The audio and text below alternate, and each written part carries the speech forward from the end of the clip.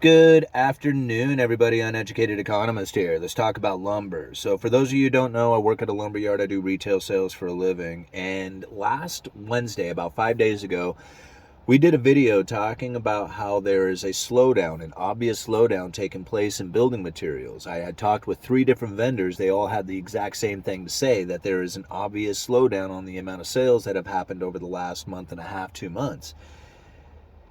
And I came out and reported on that experience that we are having. As far as the retail slowdown, the vendors are talking about it. We noticed it in the pressure treated market.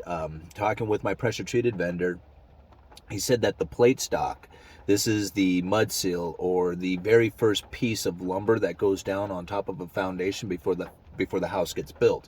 It's like the very first piece of framing, and the amount of plate stock that he is selling has dropped dramatically, like in half. So there is hardly what was experienced before. I mean, it's like a very dramatic slowdown. Um, and then also some of the people who I have been talking with who have driven past some of these mills, saying that the mill yards are stocked with lumber, like they are stacked up as high as they can get. And that's something that I had reported on as well, when I had seen that the mills were reporting on curtailing development on account of the fact that they were stacked up on lumber and couldn't get it away from the mill fast enough. Now, I contribute that more to a trucking issue than it was like a backup of sales. But now I'm starting to question that a little bit, especially after the futures dropped dramatically on Friday. Now, Friday was the close of the May 15th, or the May contract, which closes on the 15th, which is actually today, Sunday. So Friday was the last day that contract was going to be open.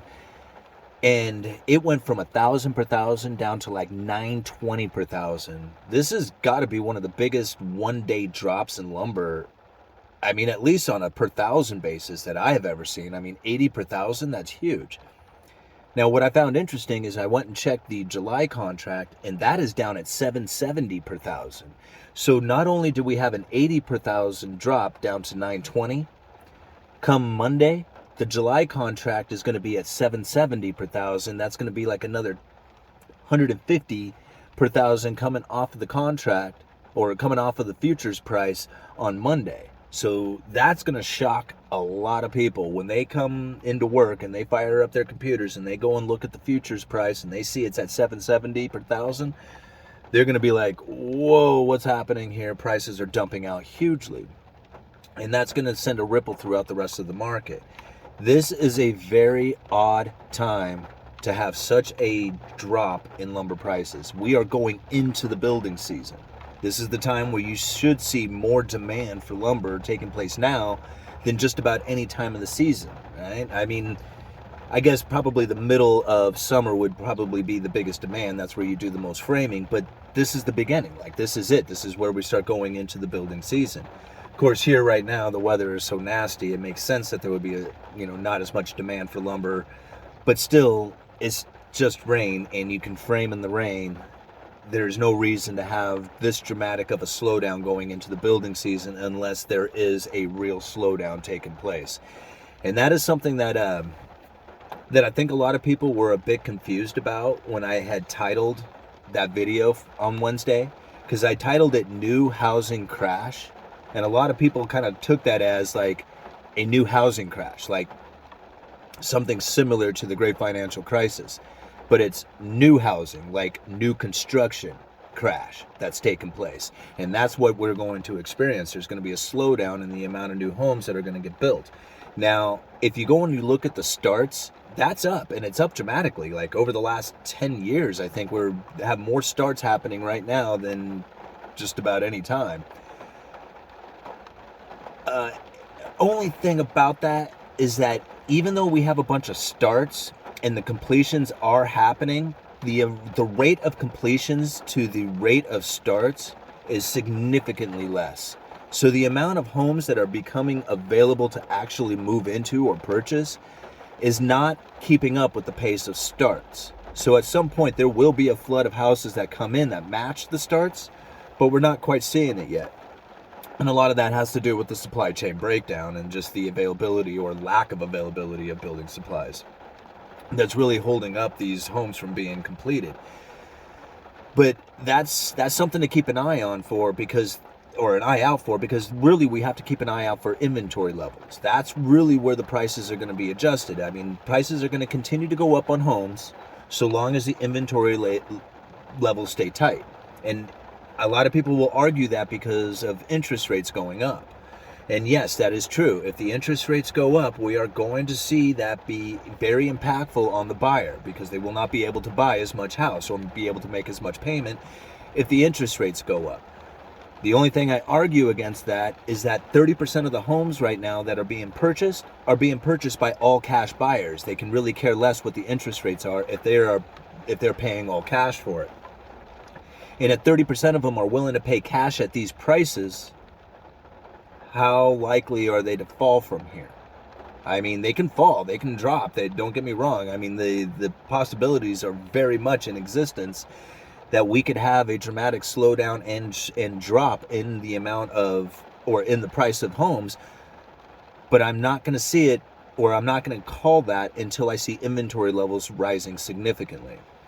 We haven't seen the foreclosures pick up yet, like we had thought coming off of the moratoriums, because we thought once the moratoriums came to an end and everybody was coming out of the forbearance and needed to make up all those back payments or roll that home into a new loan, if they could not do all that stuff, then they were going to fall into foreclosure. The only thing I argue about that is that instead of falling into foreclosure, they could just put their house out for sale. I mean, most likely they did not go underwater over the last year, considering that home prices have gone up so significantly. So the chances of somebody who's coming out of forbearance going into foreclosure is probably not likely, considering they can just sell the house. And then another argument is, like, how far up can mortgage rates go? And this is coming from the Federal Reserve and the unwinding of their balance sheet. Like, if they start selling mortgage-backed securities, then I could see where the mortgage rates could really start going up, because they're going to cause the price of those mortgage-backed securities to fall. But if they just allow them to naturally just roll off the balance sheet, like, as people are paying their mortgages or maybe refinancing their mortgage, then that would be a little different from them actually selling. Like, if they're selling into the market, then that could, like, force the prices down. But if they are just allowing it to just naturally roll off, then that wouldn't be them selling, and it would just be natural market occurring.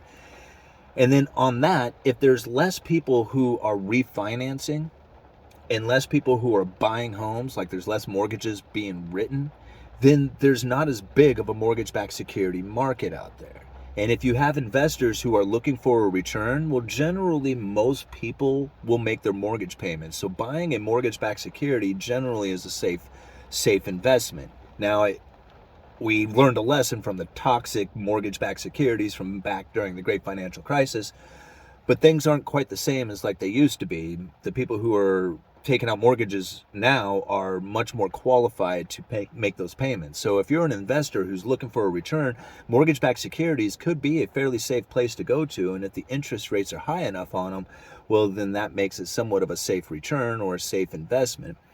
And so you might find that even though the Federal Reserve isn't printing money and buying into the mortgage-backed security market, because of the lack of available mortgage-backed securities, because there's less mortgages being written, that might find that there's enough investors out there buying into those mortgage-backed securities to keep the prices elevated and the interest rates low.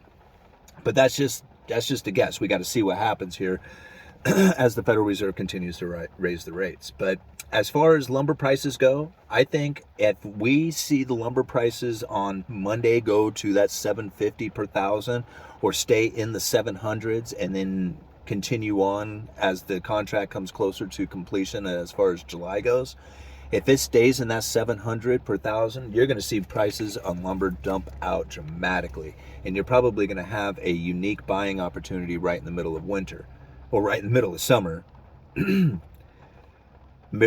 Probably not too far off from what we experienced last year, because the prices dumped out in the middle of summer last year too. So yeah, it could be very similar to that. All right, I'm going to go get something to eat. Uneducated economist, you guys let me know.